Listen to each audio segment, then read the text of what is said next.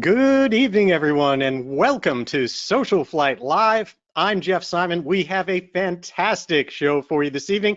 Greg Wooldridge, three-time leader of the Blue Angels, is with us. We're going to hear his story and so much of what goes on behind the scenes at the Blue Angels, and they're really just a fantastic story. Before we get started, a couple things. First of all, welcome to the new year. Just thrilled to be here with all of you and appreciate everything that's brought us to where we are today. SocialFlight's learning system on socialflight.com is available. If you go check that out, we have Wings credits that you can watch videos for and take a quiz and get Wings credits. If you are a mechanic or a mechanic with an inspection authorization, then you can go there for our AMT program and get entered into the AMT awards, as well as getting your recurrent training for your inspection authorization directly through SocialFlight. Simply go to SocialFlight and click on the FAA credits icon.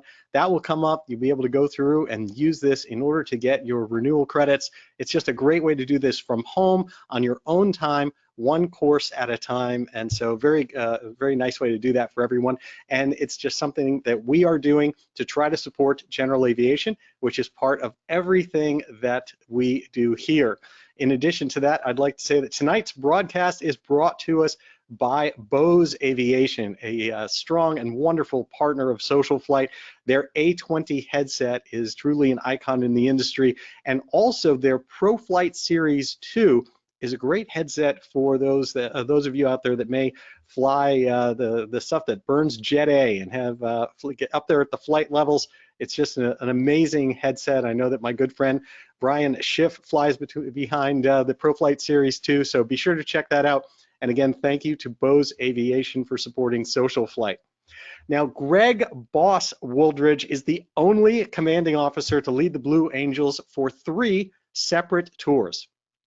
He was first selected because of his demonstrated ability to build teams where communication, trust, and teamwork took precedence over rank and status. His heart-driven approach proved to be a perfect match for the Blue Angels' culture of excellence. And following his first tour leading the team, the Navy and the Blue Angels were faced with some leadership challenges and media scrutiny. In response to that, they reached out to the one man that they knew could unite the team and lead it forward, representing the honor and excellence of United States Naval Aviation.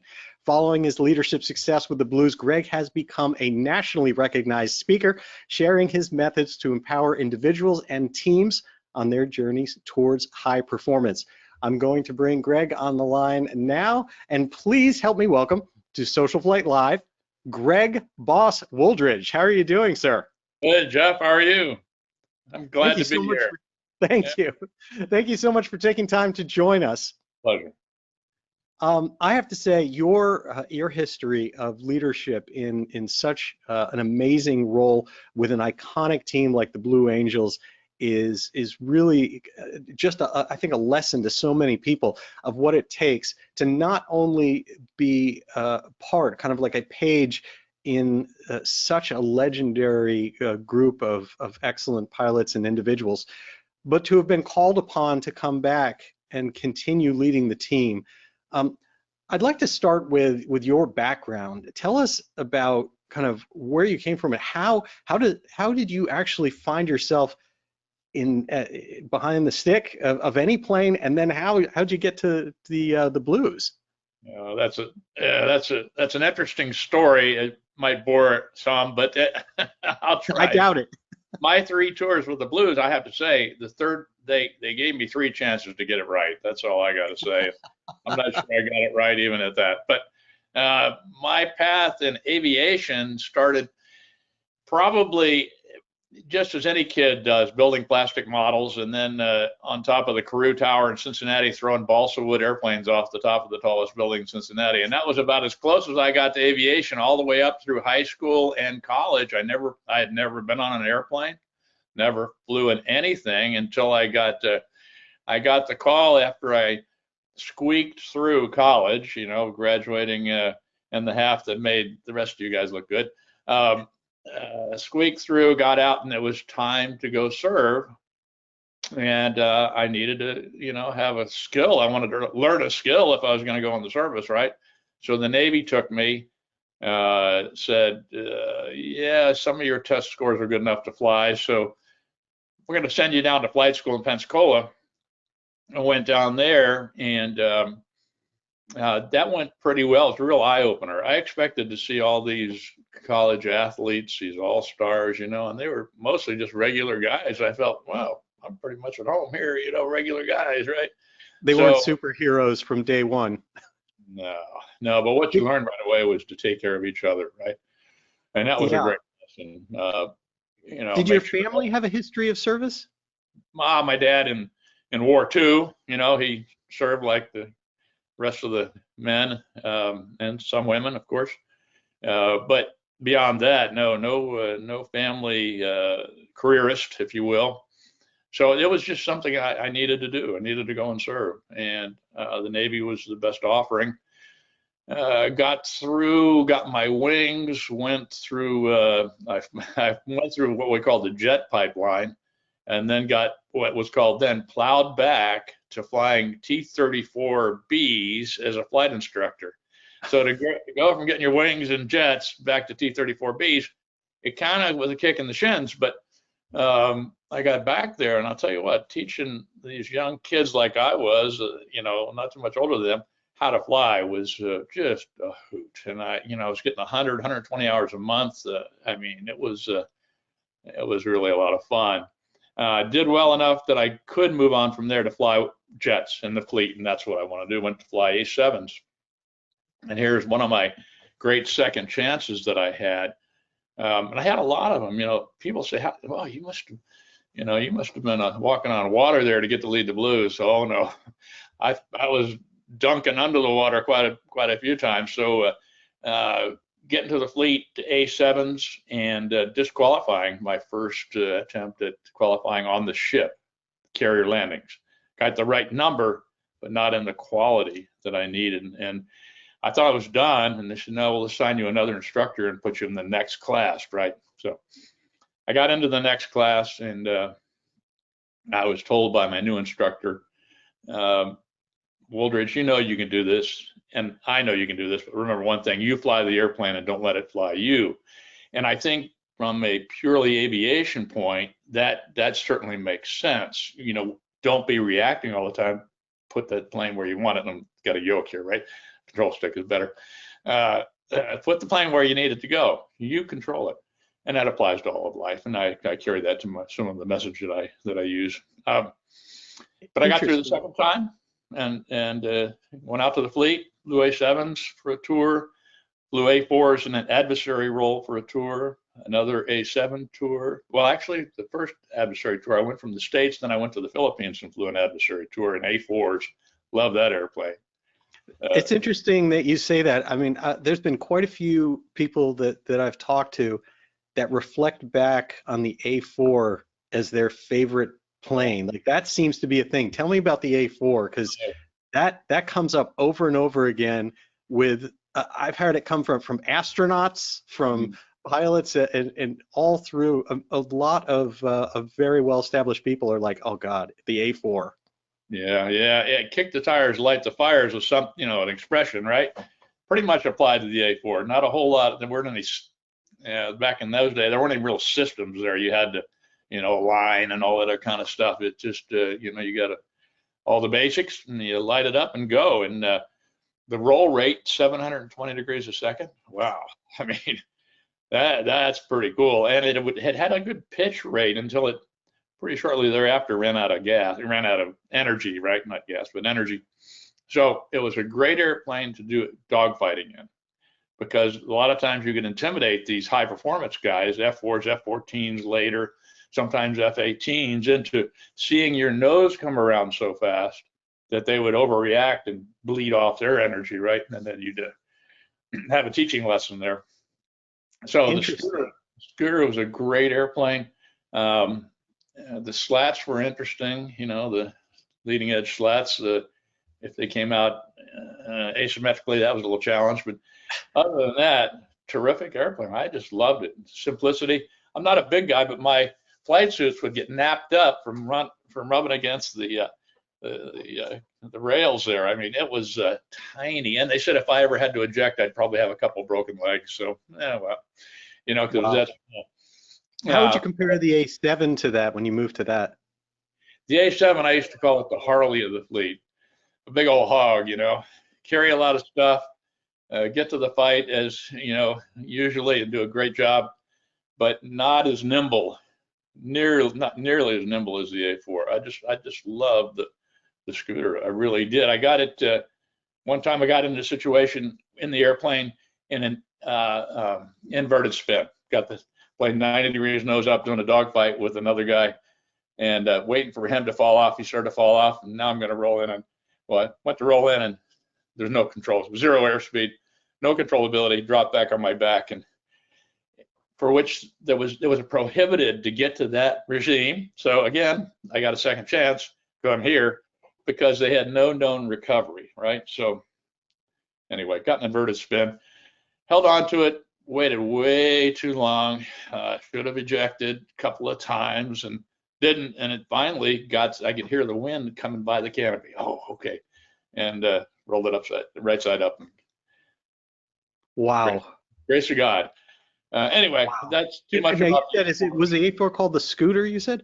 That's what some of us called it, a scooter, yeah. And what was the A7's nickname, or? Oh.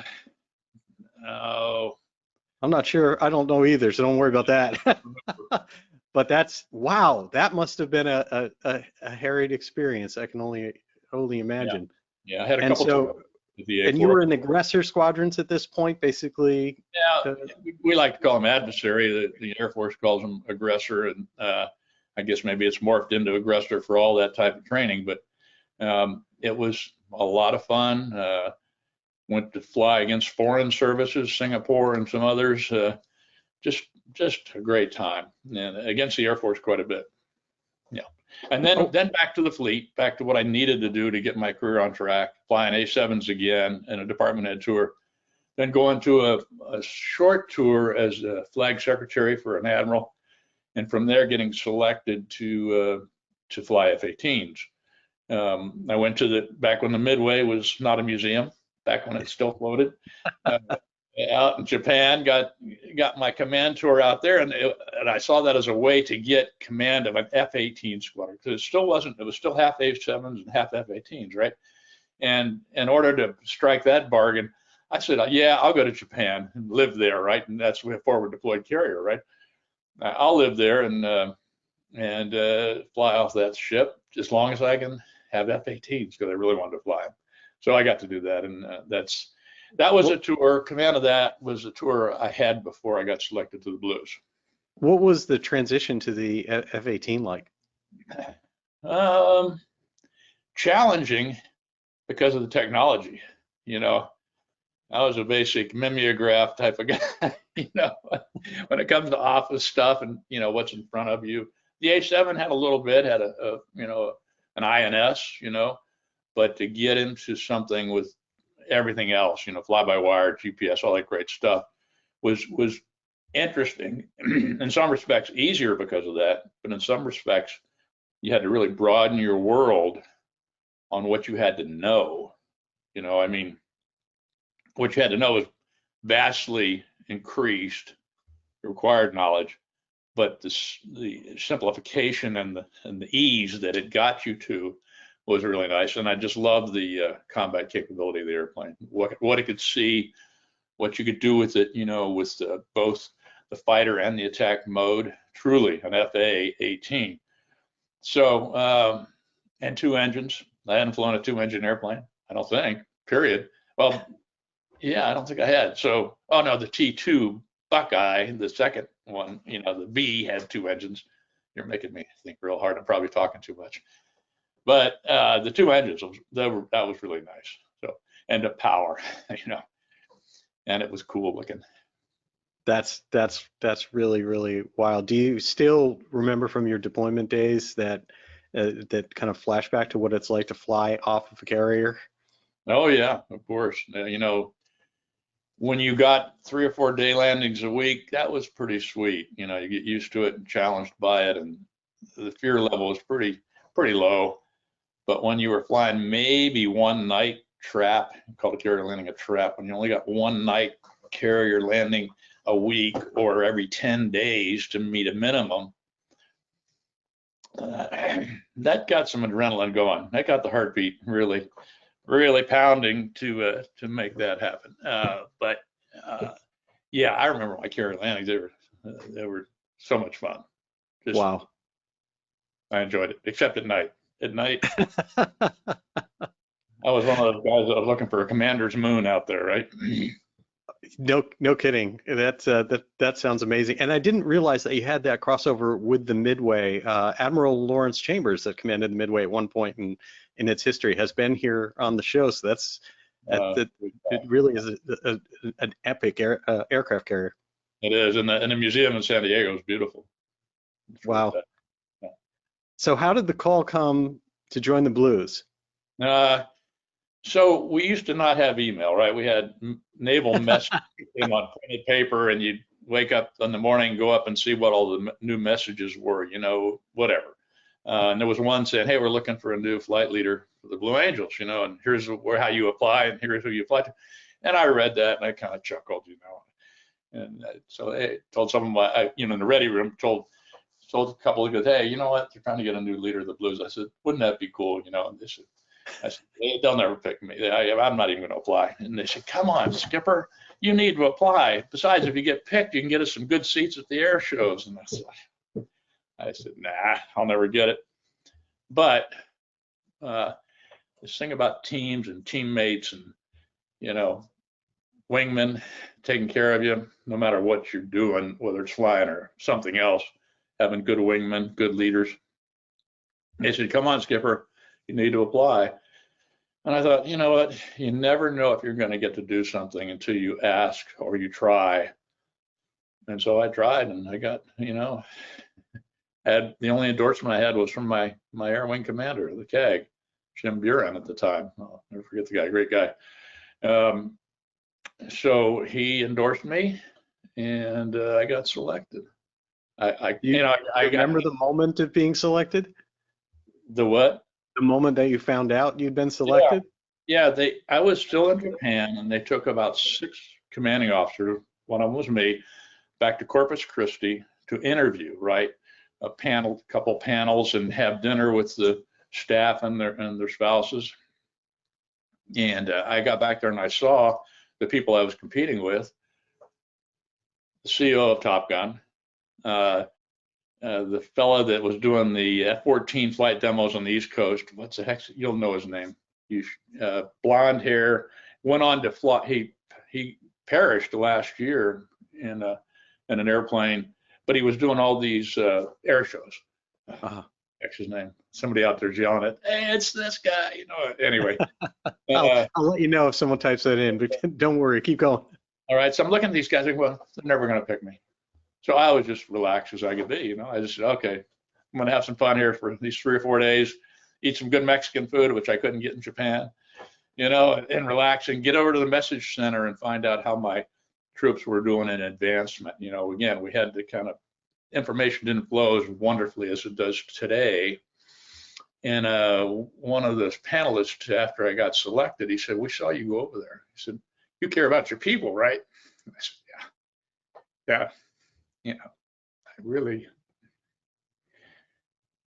felt we had to take care of our folks, right? The people that work for you, work around you, work with you, and that was my big the way I've lived my Navy life. And they said, "Wow, you know that," and he said that really impressed the panel, and that was part of the reason we selected you. From there it was a done deal. So off to. Isn't that fascinating? I mean, that seems to be a theme that, of course, we'll hear more about as time goes on tonight. But people is what got you into it. People is what got you selected in the way that you cared and led your people. And speaking of people, I'm told Dale Snodgrass is. That's it. Yeah. What was his call sign? Snort. Snort. That's it. Snort. Yeah. Gotta rest his soul. You know. I mean, the guy loved flying. I mean, he was terrific. So sorry to see him go, but he was one of the guys who was competing for the flight leader job, and so you know, those guys were so much stature-wise, I thought, visibility-wise than me, I didn't think I'd ever compete with him. But Isn't that wonderful? So you've been given the opportunity. You come off there. How do you transition that? How do you start training? Because for that role, the Blue Angels getting new people generally, yourself excluded, with each tour. That seems to be a lot to come up to speed on. I think of those of us who go to air shows and just kind of like look at things, we almost think about it as the same people who have been doing this maybe a couple years earlier when we saw it, or 5 years earlier or more, and yet that isn't how it works. no, the selection process occurs spring and mostly in the summer. Select wingmen and flight leaders. Now, the troops get selected kind of on a year-round basis, but they'll come onto the team at the end of the show season, which is usually the first or second week in November. And but what's very, very interesting about the formation of Blue Angels, so there's 6 pilots in the Delta. We call it Delta formation. Out of those 6, 3 are new every year. So can you imagine training 3 folks to fly in that formation? It's intense training. So you get there. For me, at change of command time, again, that second week in November, last show of the season in Pensacola for the Blues, the new flight leader comes in after 2 years of the other fellow leading. So I got there, and joining me in the 6-plane formation were 2 other folks. So what we did was we started flying just a little bit in November and a little bit in December. And then ironically, flying to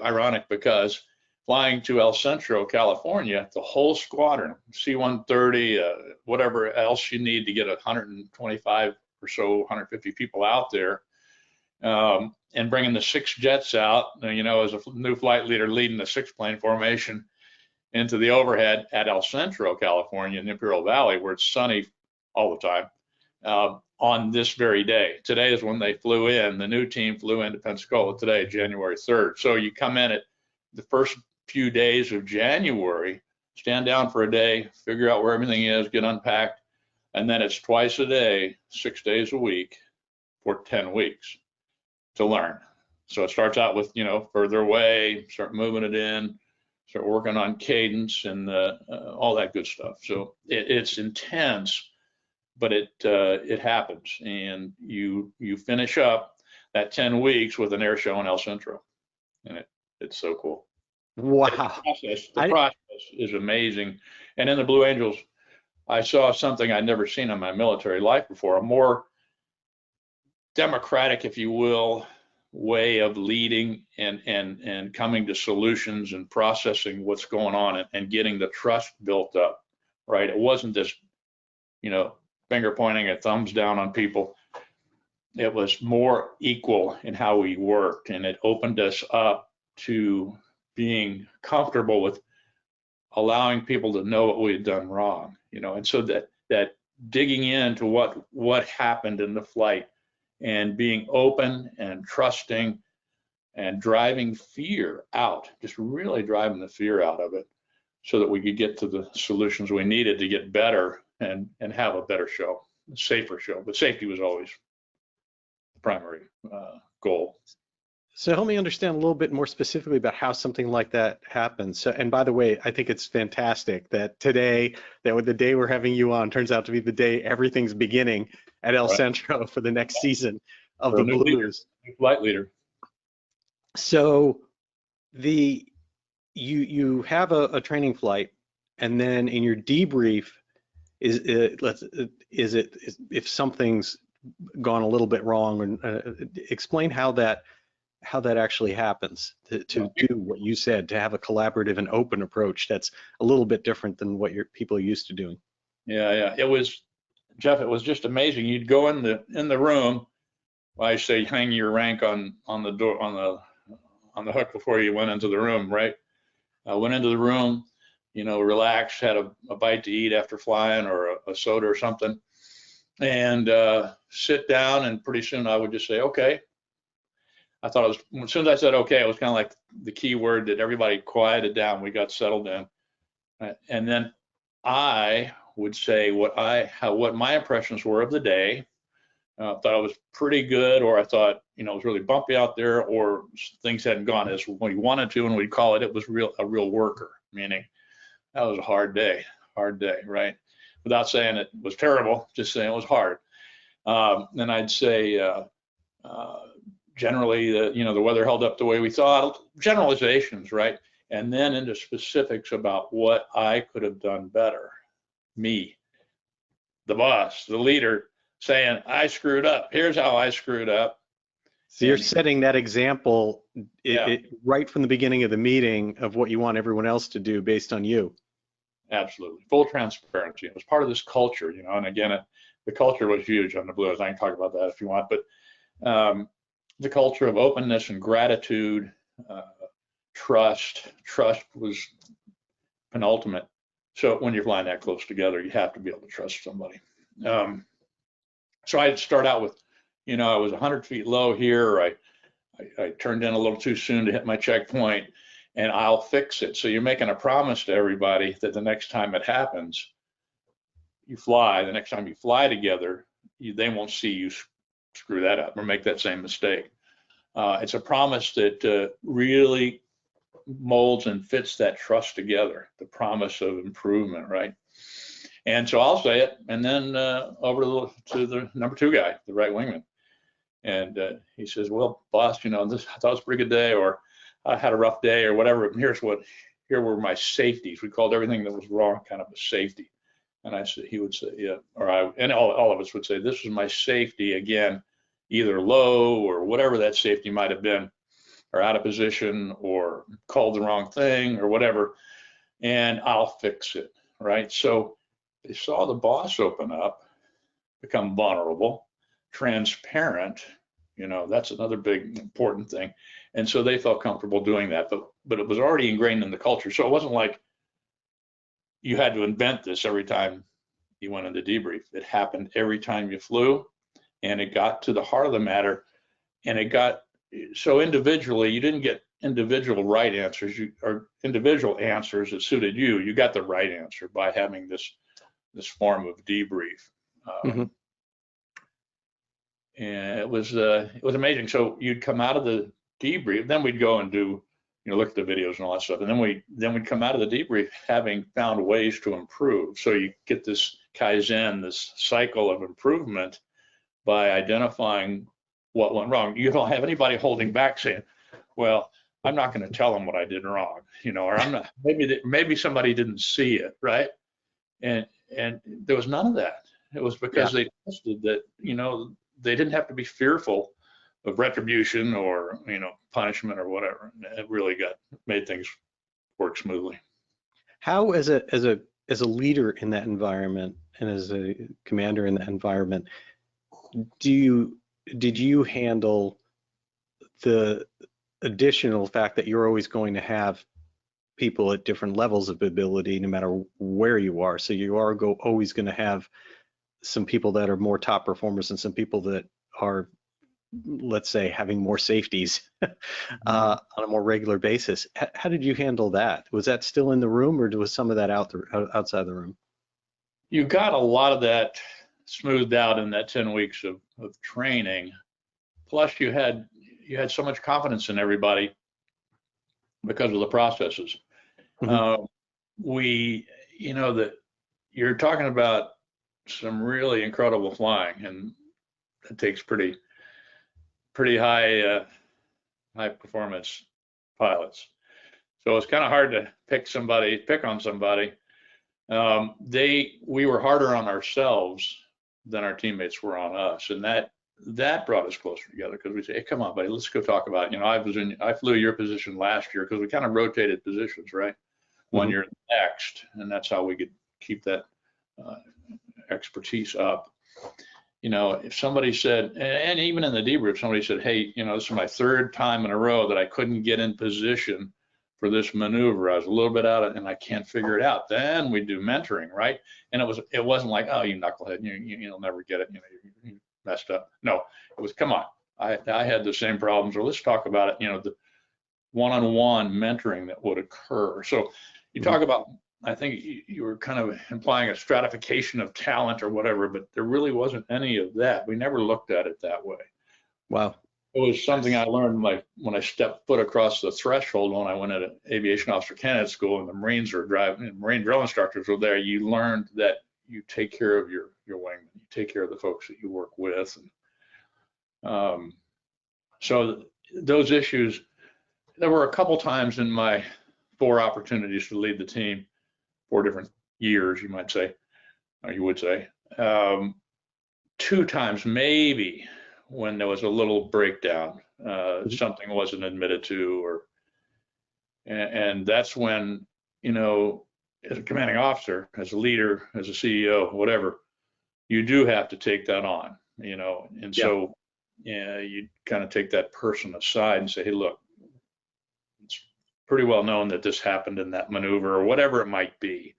Could be even a social thing that went on outside of flying that we had to correct, and that's when the leadership has to take care of it. Take us behind the scenes for how the whole air show works, or what's happening that isn't so much seen by everybody else. Is the routine itself the same year to year? Does the routine evolve? How does this what happens that we don't see?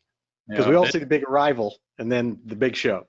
Right. Oh yes, see flashing blue airplanes flying around. Right. You don't. You see a couple of enlisted folks out in front of the airplanes, directing them and getting them started up and recovering them, things like that. But you don't see on a show, generally about 50 of the enlisted folks would come, the people that do all the hard work and then loan us the airplanes for 40 minutes. You don't see all of them. You don't see the C-130 crew very much unless you get the pleasure of seeing that airplane fly, which is a new airplane as of last year, a new, much more powerful C-130. Fantastic. So we got the Super Hornet and we got the Super Hercules now. The team does. I still do that on occasion. Jump in. So you don't see all the back work that goes on. You don't see all the coordination. I mean, we've got an officer that is strictly involved. The Blues have an officer strictly involved in making sure these show sites are up to speed on what's going to happen. The FAA knows what we're going to do. We have all that established. Tons of work to make sure that something as simple as smoke oil, you've got to have smoke oil on site, and this is the kind we need, this is how much we need. And we go through that in what they call the winter visits. So while the team is doing winter training, the 10 weeks in El Centro, number 7 and number 8 are taking the 2-seater and they're flying to all the show sites and giving briefs to the organizers. This is what we need. And by the way, there's a manual about that thick. So, but they're flying in an F-18. Yeah, in a 2-seater. Wow. In the wintertime when we're training down in El Centro, they're going around and having nice meals, and they do a heck of a lot of work, and it's essential. So all that back work goes on before the show season even starts, and then once it starts, we continue to check up and make sure everything's marching ahead in the right way, checking in with the show sites, making sure they're still okay with everything. And the routine was basically, if the show was east of the Rockies, so in the eastern Midwest to eastern part of the U.S., southern, we would take Monday off from the last air show, and usually it's a paperwork day, but we said no, it's a non-work day, right?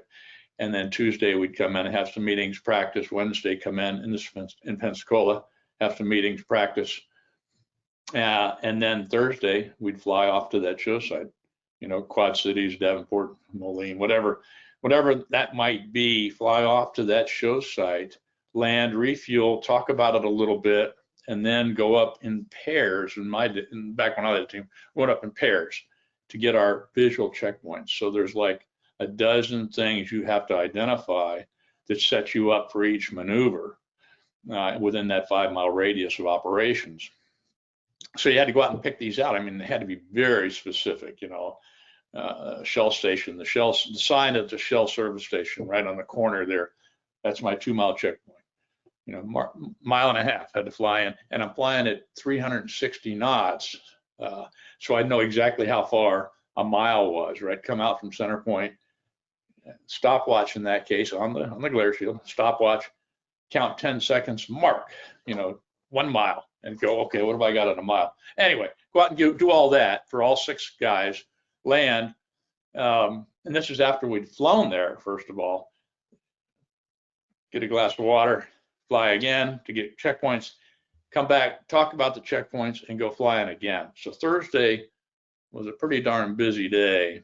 And then get ready on Friday morning to go to high schools and hospitals and wherever we could have the opportunity to talk about this world of excellence that we live in and how you could get there, or to just bolster people and bring them new, excitement.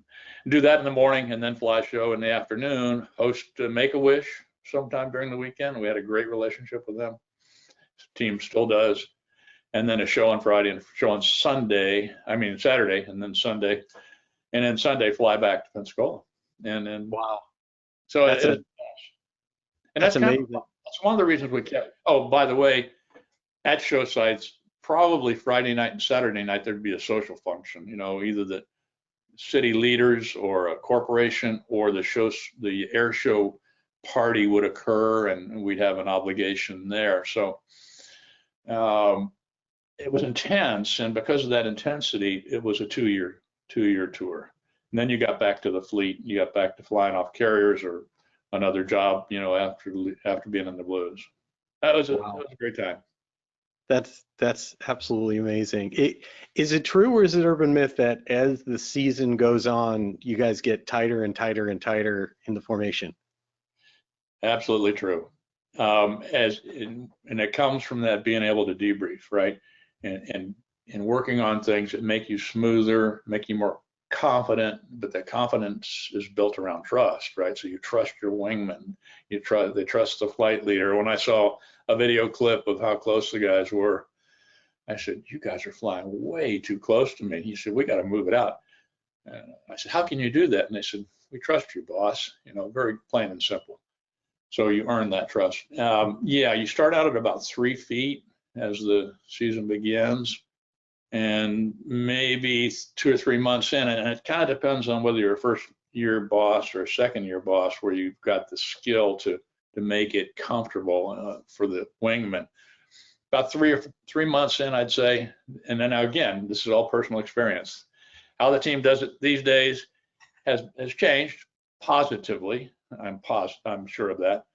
And so you do move it in and say, hey, let's lower their minimum altitudes. We could do that, right? Because you keep them up high, so if you're off a little bit, well, you got room to be off a little bit. But as you got better, I could bring the formations in a little bit lower, and you can bring them in a little bit closer because of the expertise you were generating and this process of Kaizen. Another way of looking at it is a diamond performance framework with these. Debrief is on the far left corner of the diamond. Belief levels, what you created from that debrief, briefing, execution with trust, and then back up to the debrief. So all of that really allowed you to close your tolerances. Now, were there hiccups? Yeah. It's bumpy out there today. Let's move it out a little bit. Or we've had 2 or 3 days straight of not being comfortable. Let's go back and move it out again. But all of it's part of this being able to adjust based on what you learned in the debrief and being comfortable with that. But we did close it in and close it and close it. Now they'll even admit to being down to 12 inches. I never admitted to that, but I'm sure my thought on occasion. You just don't want to swap any paint. That's the deal. Wow. So your first tour was in 1991. Yeah. And then you were basically 91, 92, 93, like along for quite a time. Tell me a little bit about what happened that brought you back, because the Navy and the Blue Angels had some challenges that had them reach out to you. Well, I know we got a bunch of folks on here watching and listening that I can be open and honest with. The So I left the team, turned it over to a great guy, Ripper, Bob Stump, in 93. And 92 in the fall was what's still called the Tailhook Convention. And the bunch of folks were just fired up after the stuff that went on in Iraq, the combat for a bunch of folks. And so this was kind of a rowdy convention. And there were some things that went on that shouldn't have happened. And because of that, any senior officer that was there was asked to step aside from their duties. So Bob was asked to step aside as leader of the Blues, and he'd been there and he'd been through winter training, and it was about May, and they gave me a call and said, "Can you come back?" And I said, I think it stinks that you made him stand down. It was a political fiasco where the Navy wasn't trusted to do their investigations right. And you're probably going to get some chat back on this. Some of you remember. And so I came back, and it was fairly easy transition because a lot of the folks that I had flown with were still on the team. So that went very smoothly. And then that finished the 93 season. Bob came back for 94 and did a great job. And then we all marched on. I went out to command a base in Lemoore, California. That was a wonderful tour, making it a place to operate and live, and all the things you needed on that base to live like a small city were there, and 13,500 foot runways and the best airplanes the Navy had that we're training with at that time. And so I'm sitting there in 96 getting ready to retire, had my retirement set up, and I get a call, "Hey, we got a challenge in Pensacola, and we'd like you to come back. It's the 50th anniversary of the team." It was a challenge, leadership challenge. It was handled with confidentially and with a great deal of respect. And so they ironed things out, and they said, "Well, we need to try to bring somebody back." And they found me, and they said, "Hey, can you come back and finish out this year for us?" And I said, "Look, I haven't flown in like 2.5 years. I got checked out in the C-12, a great airplane. I love that airplane, but it had a whole different world, whole different mission."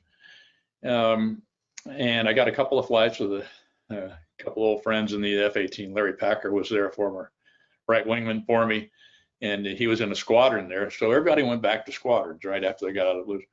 And he got me a couple of flights, but I didn't know if I was going to be able to do it. Called in an old crew chief of mine that was teaching Navy maintenance there in Lemoore, Ron Pickens, a great guy. And I said, "Ron, can you?" They flew a Blue Jet in for me. So I said, back up a little. I said, "All right, I'll give it a try. No guarantees." And they brought the number 1 jet into the base. I told my ops officer, "Can you get me a 12,000 foot waiver for Saturday morning? Low traffic, low training day, and give me an hour of the airfield." And he said, "Sure, Skipper, we can do that," with the FAA and everybody else. So I got that one jet, got the former Blue to go through all the hand signals with me, and I hadn't learned anything else, right? So it was natural, I had 3 years with the team before. So watching him do that, and I would look to the side like I was looking for my wingmen who were now imaginary to give me a cue to, do something. Took off, flew a single plane air show profile over NAS Lemoore. And then the next day I flew down to El Centro, and we did a couple weeks of training down there, and got back on the circuit. How did it feel getting back in the seat when you didn't think you were going to be flying an F-18 again? It felt great. Again, like in 93, I got to be honest with you, I wasn't too excited about why this had come about. And I sort of didn't know if I was going to be able to do it, but I guess in my heart of hearts, I'd say, nothing has changed that much, so let's do it. And what was crucial, again, we talk about trust being in the culture, was to regain trust with the wingmen. None of them had been there with me, but they'd heard good things, and so they had to become trusting of me, and so did everybody, the 150 in the squadron. So I'd go around and talk to everybody about, giving it your best, and we're going to get back on the step. The skill and the talent was still there, but the morale was really low. So we had to kind of pick that up and get going, and it was good. Wow, that's pretty amazing. Now you got to do some pretty amazing things during that time. I mean, did you do an air show in Russia, as I understand it? In good old Moscow. That is not something we think of happening now. So tell me what that was like in 1992. Not a friendly basis air show now, anyway. It might be. Yeah. So in 1992, we went to like 8 or 9 different countries, with the capstone of that being flying in Moscow. Didn't think we'd get it. The Air Force wanted the trip. It was called the Military to Military Exchange Program, kind of after we had become friendly after the Berlin Wall fell, the Soviet Union dissolved into separate entities, and it was time for our military to get familiar with their military so we could maintain this peaceful coexistence. And so one of the things was to fly to Moscow, and they decided, let's do a jet demonstration team. And it was between us and the Thunderbirds. And that was in 91, late 91. So we had to go fast to make this happen in 92. And it's another story in and of itself about how we snagged this this trip. But it's a good story. I'll tell you later. But you can tell it. Go. Well, I didn't think we were going to get it. So I went to all the Navy folks and admirals that called the Pentagon. Hey, Admiral, we got a chance to go to Moscow.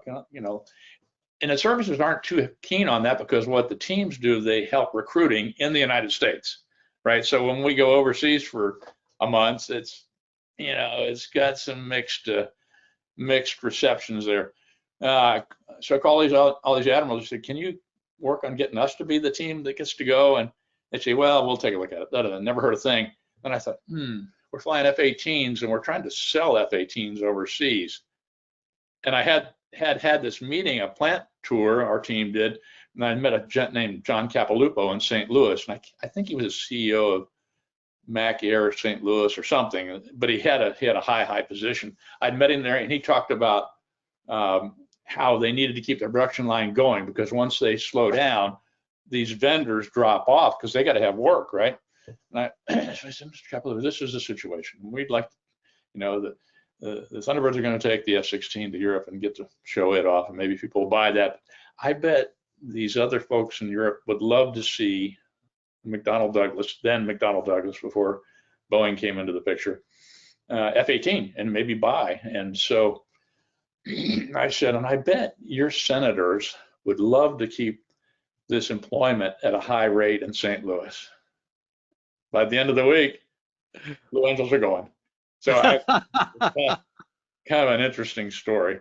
And that's the way it seemed to happen. So, and I'm pretty comfortable that's what happened. But flying into Moscow, so we came out of Turku, Finland, where we'd flown a show. The first show was, we transited from Loring, Maine, tanked all the way across to Stockholm, flew a show there, and then into Finland, flew a show there, and now it was time to go to Moscow. So I check in with St. Petersburg Control, Blue Angel 1, at 10,000 meters or whatever. We were using meters then or whatever. And they said, the controller said, Blue Angel 1, what are you? And at the time, we had 8 airplanes. I said, well, 8 U.S. Navy F-18 fighters. And a long pause. And the only thing the controller said was, continue. So we just, used our GPS to storm on down toward Moscow. The Russian Knights were supposed to intercept us. We started locking, so we had our weapon systems with no weapons, right? So we started locking these guys up as they're coming up, and we hear them yelling, ah! And we see them veering off. They can't find us. We're going, this is sweet.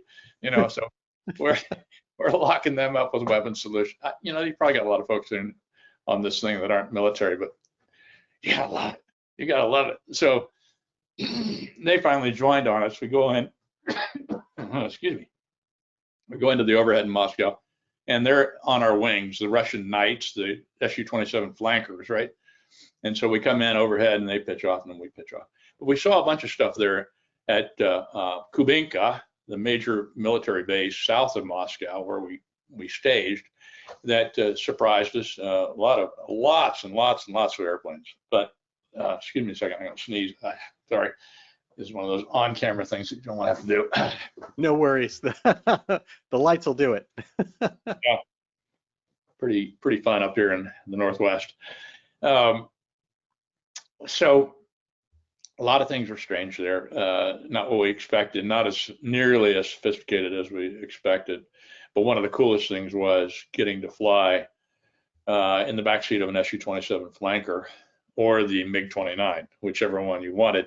So they had two-seaters. We had a couple two-seaters. So I took their flight leader with me, and he took me with him. And it was just fantastic. I mean, because back in those days, you studied the intel, you know, because nobody had these airplanes, kind of, that we were allowed to talk about.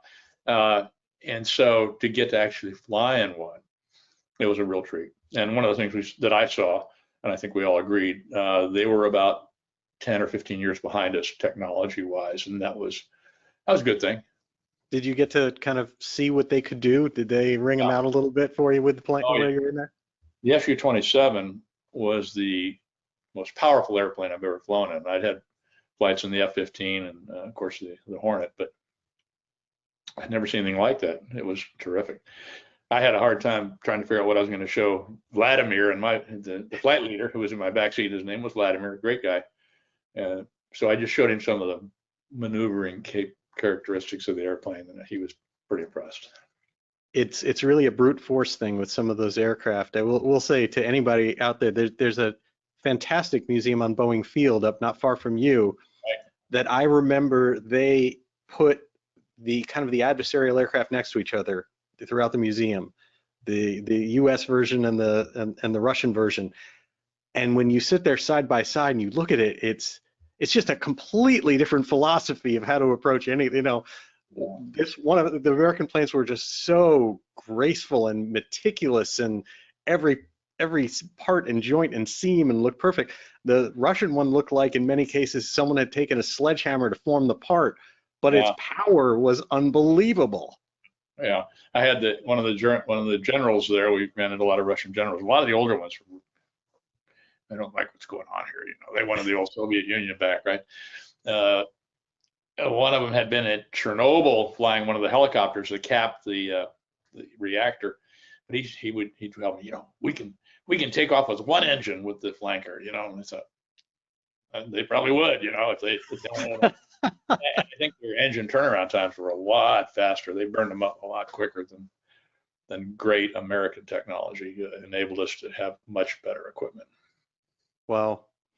So now another thing that's interesting, you are part of a movie helping behind the scenes making the movie happen that is coming to theaters in July. Tell us a little bit about the IMAX movie on the Blue Angels, and I understand that another show guest of ours, Kevin LaRosa, has also been working with you on that.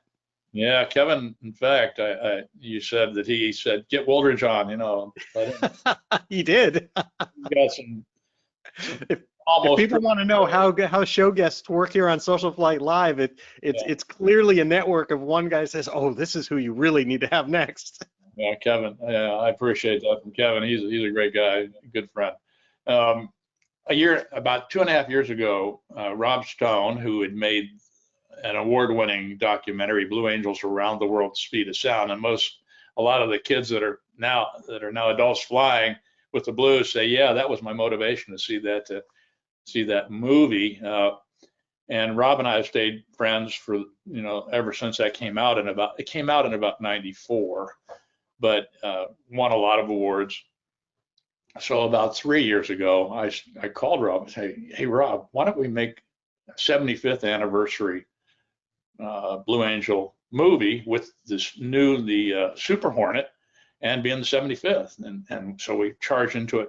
You know, we're going to do it on the basis of finding corporate sponsors, right? And we had a couple big companies that were interested, really wanted to do it. And then the pandemic hit. And I like to say everybody duct taped their wallets together, you know, so the money kind of went on hold, and we kept waiting and waiting. And then I had the opportunity to, I can't remember how I got it, but go up and talk with Kevin LaRosa and his cinematography team in Tri-Cities, Washington, in the snow, and they're filming these snow scenes for Devotion, the great movie that came out in Thanksgiving. And give those guys a talk about safety and about this thing about continuous improvement and culture and all those things. And he really appreciated it. He said, well, what are you doing? I said, well, we're trying to make, this movie, but it's been on hold. And he said, well, let me get you hooked up with Glenn Powell, who was the hangman on Top Gun Maverick, right? He said he loves the Blue Angels, and so we finally got hooked up with Glenn, and he hooked us up with Creative Artists Agency in LA, and then they helped us plow the ground to get a sponsor.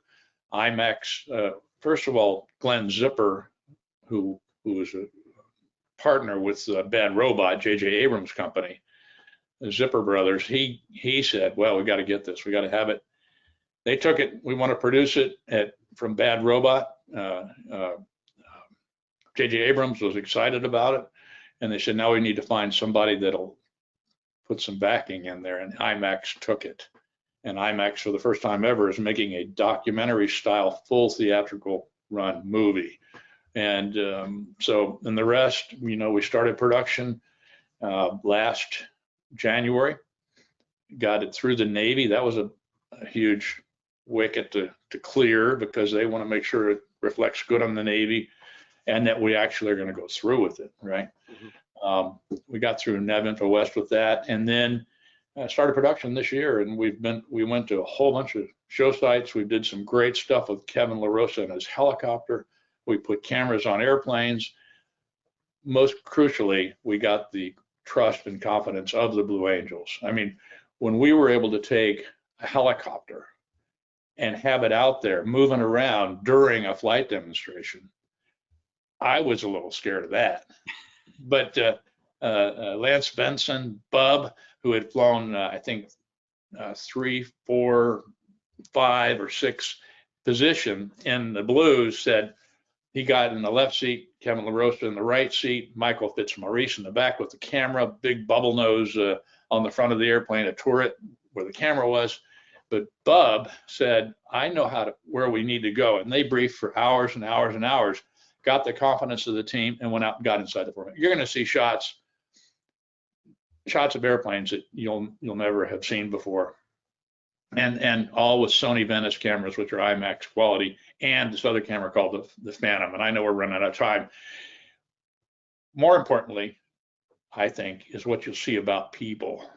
We're going to, we go into their homes at breakfast time, at dinner time, we go to their social events, we go to the briefings and debriefings. You're going to see stuff you've never seen before. We're going to look at what the challenges were individually and as a team, how they resolved those things, how they overcame them in this year-long journey, putting the Super Hornet on display. It's going to be epic, and it'll be out hopefully in June. You said July. I'm hoping for June. We're just kind of wrapping production, which is where you do all the filming and stuff, and then we go into 6 months of post-production with story writing, editing, tons and tons of film to edit, and adding music. Our director's a music guy, and he's fantastic. So look for it. It's going to be terrific. That's fantastic. And yeah, June's even better. Before the 4th of July, be able to get out there. Yeah. It sounds like it's going to be an incredible storyline. And as you said, from some of the top people in the film industry, between Kevin and Fitz and everybody else that you're working with, that's got to be amazing. Let Rob and I become executive producers, so it's kind of fun to see that credit roll across the screen. And we get to work, Rob and I both worked really closely all year with the team and developing that trust, because I'd been there. I knew what a distraction would be, and tried to work with boss Kesselring. Brian, what a great guy. Well, I'm grateful, because we wouldn't have this if it weren't for you, and the idea that we're going to get this inside look to to everything that goes into the Blues with all of this coming together, I think it's probably more than people even understand when they go to see it. Yeah, it's going to be good. People will want to see it twice. I know, kind of like Maverick, and it's going to be full length. It's not, and we're going to make a 40-minute documentary for museums. So much to do. Wow. That's amazing. And there's one other thing I want to make sure I touch on, and that is the Blue Angels are breaking another barrier, another boundary there, and that is having the first female pilot as part of the Blues. First demo pilot, yeah. Amanda Lee, aka Stalin, and I think they're trying to change her call sign. I don't know where she got that. But she got selected this year. She'll be in the formation next year. She did Super Hornet demos this year on the East Coast, I believe. I don't think she was F-35. I think she's Super Hornets. Did the demos there. Terrific pilot. 8 years as an enlisted woman. Very rare. And to have that kind of enthusiasm and persistence to get through the various programs and now become a Blue Angel. Gotta love that. We're excited. Absolutely, that's fantastic. And obviously, I love that anytime anyone's breaking barriers in this. We've had Nicole Malachowski on the show, Caroline Blaze Jensen as well, and it's going to be amazing to watch Amanda Lee's story as it unfolds. Certainly, and the other new Blue Angels as well. They've got really great runs, and the new boss, Alex Armitage, Scribe, call sign. Great folks. That's fantastic. Well, Greg Boss Wooldridge, thank you so much for taking time to join us here on SocialFlight Live. Your stories are fantastic, and the impact that you have had personally on not just kind of having one chapter of the Blue Angels, but three, and helping really keep the team on track through very, very challenging times is something that I think we're all grateful for. Well, thanks, Jeff. I wouldn't say it took anybody special. I mean, the folks that worked with me were the ones that made it happen, and I was just blessed to have three great teams. That was terrific. And please let everyone know how to find you. I know you do quite a bit of promotional speaking with companies and organizations and things like that. How do people find you for that? I work with a former wingman, John Foley. He was my 5 and 6 guy on my teams, and he's been on the speaking route a long time, and he pulled me in, and he's at his whole website, and where you can schedule stuff is johnfoleyinc.com. Kind of a long name, but johnfoleyinc.com. Excellent, johnfoleyinc.com. Well, Greg, thank you again so much. I'm grateful that you've taken time to join us here on SocialFlight Live, and I wish you the best in the new year of 2023. Thanks, Jeff. Same to you. Happy New Year. Appreciate it. Absolutely. Hello. Thank you. Good night. Good night. And to all of you, thank you so much for taking time out of your evening to join us here on SocialFlight Live. We'll be off next week, off flying, so there'll be no show on Tuesday, January 10th, but we'll be back on Tuesday, January 17th with a great show. Corky Fornoff will be returning, and he has all sorts of lessons for us all about flying. You may know him from all of the James Bond movies that he filmed, tons and tons of historic aerial work that he has done, but he's flown so many different planes. We wanted to have him back to talk to us about lessons learned and challenges that we can all benefit from in all of our flying. In addition to that, on Tuesday, January 24th, we will be back with AOPA President Mark Baker. He will be here. Mark will be here to talk to us a lot about what has happened back in 2022 and what to be expected from 2023 here in General Aviation. Until next time, I'm Jeff Simon for SocialFlight. Blue skies.